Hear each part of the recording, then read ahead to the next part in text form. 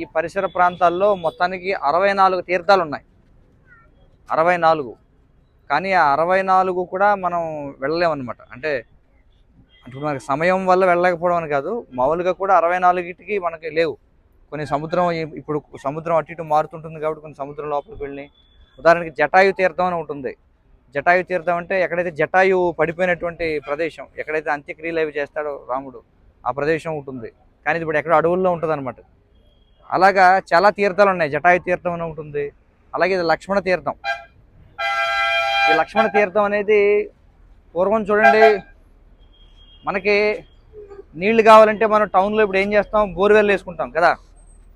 ఆ రోజుల్లో వాళ్ళు ఏం చేసేవారంటే తమ యొక్క బాణాలు ఉపయోగించి ఎక్కడ వాళ్ళకి నీళ్లు కావాలంటే అక్కడ బాణంతో కొడితే అక్కడ ఒక సరోవరం ఏర్పడేది అనమాట. వెనక్కి పోదండి, వెనక్కి ఎవరికి వచ్చా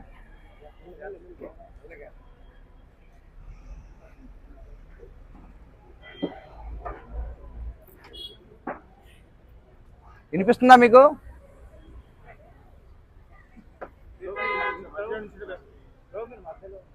మధ్యలోనా? ఇక్కడైతే అందరికీ కనిపిస్తుంది.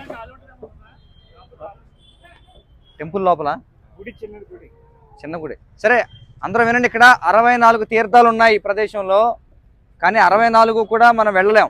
ఎందుకంటే కొన్ని ఎక్కడెక్కడో ఉంటాయన్నమాట, చిన్న చిత్తగా ఇవన్నీ ఉంటాయి. అయితే లక్ష్మణ తీర్థం అనేది ఇప్పుడు ఆ రోజుల్లో వాళ్ళు ఇక్కడ సంచరించినప్పుడు, ఇప్పుడు ఎలాగైతే మనం టౌన్లో కావాలంటే బోర్ వేసుకుంటాం, బోర్ హోల్ వేసుకుంటాం, ఆ రోజుల్లో వాళ్ళు ఏం చేశారంటే బాణాలతో కొడితే అక్కడ సరోవరం ఏర్పడేది అనమాట. అర్థమైంది కదా. వాళ్ళు తమ రోజువారీ కార్యకలాపాల కోసం వాటి కోసం వాడుకునేవారు నీళ్లు. రెండోది ఏమిటంటే, ఎప్పుడైతే యుద్ధం ముగిసిన తర్వాత మళ్ళీ వెనక్కి వచ్చినప్పుడు మన శాస్త్రాల్లో ఉన్నవన్నీ వాటికి అనేక రకాలైనటువంటి కోణాల్లో వివరించారు. రావణాసురుడు బ్రాహ్మణుడు, అతని పుత్రుడు ఇంద్రజిత్తు కూడా బ్రాహ్మణుడే. అర్థమైంది కదా. అయితే బ్రహ్మహత్యా పాతకం చుట్టుకుంటుంది అని దాని యొక్క పరిహారార్థం వాళ్ళు ఈ యొక్క తీర్థాలు తవ్వి అందులో స్నానం చేశారని చెప్పి శాస్త్రాల్లో ఇది కూడా ఒక కోణం చెప్పబడుతుంది. అయితే ముఖ్యంగా వాళ్ళు మరి భగవంతుడు కదా, బలరాముడు రాముడు, వాళ్ళకి బ్రహ్మహత్యా పాతకం చుట్టుకుంటుందా? చుట్టుకునే అవకాశం ఉందా? లేదు.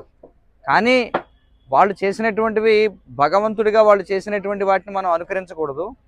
కానీ లౌకికంగా ఒక సందేశం ఇవ్వడం కోసం, అంటే బ్రాహ్మణుడు అయినటువంటి వాడిని ఎవరో కూడా సంహరించకూడదు, లేకపోతే వాళ్ళని ఎంత గౌరవించాలి అనేది తెలియజేయడం కోసం కూడా ఏం చేస్తారంటే వాళ్ళు ఇలాంటి కార్యాలు చేస్తుంటారు అనమాట.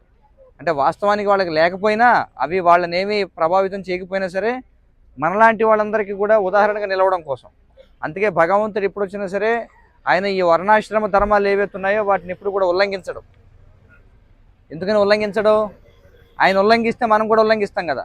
ఇప్పుడు కృష్ణుడు ఆయన ఒక పాఠశాలకు వెళ్ళి పాఠాలు నేర్చుకోవాల్సిన అవసరం ఉందా? సాందీపుని ముని దగ్గరికి వెళ్ళి ఆయన పాఠాలు నేర్చుకున్నాడు. ఆయన కావాలంటే ఆయన సమస్త విద్యలు ఆయనే ఉన్నాయి. కానీ ఎందుకు చేశాడు ఆ విధంగా? మనందరికీ నేర్పించడం కోసం. అదే సమయంలో ఆయన చాలా తక్కువ సమయంలో 64 కళలు నేర్చుకుంటాడు కదా. అంటే రెండు ఉన్నాయి ఇందులో. ఒకటి మనందరం ఏది చేయాలనేది చూపించడానికి ఒకటి, రెండోది మనందరం చేయలేనిది ఏంటో చూపించడానికి. అంటే సాధారణ మనుషులు ఏం చేయాలో కూడా చూపిస్తాడు. అదే సమయంలో తాను ఏ విధంగా భగవంతుడు అనేది కూడా, భగవంతుడి ప్రతి లీలలో కూడా చూపిస్తాడు. అలాగే ఇవన్నీ కూడా ఏమిటంటే మనలాంటి వాళ్ళకి ఎంత బ్రాహ్మణులని మనం ఎంతగా గౌరవించాలి, నిజమైనటువంటి బ్రాహ్మణుల్ని. అలాంటి వాళ్ళని సంహరిస్తే ఇది ఎంత దోషం, అలాంటివి చూపించడం కోసం ఇవి తవ్వుతారు. కానీ వాళ్ళకి వాస్తవంగా వాళ్ళ పాప ప్రక్షాళన కోసం కాదండి. ఆ విధంగా ఇక్కడ 64 తీర్థాలు ఉన్నాయి చుట్టుపక్కల ప్రదేశాల్లో. అందులో ఇది లక్ష్మణ తీర్థం. ఓకేనా? పదండి వెళ్ళి అక్కడ దర్శనం చేసుకుని చూద్దాం.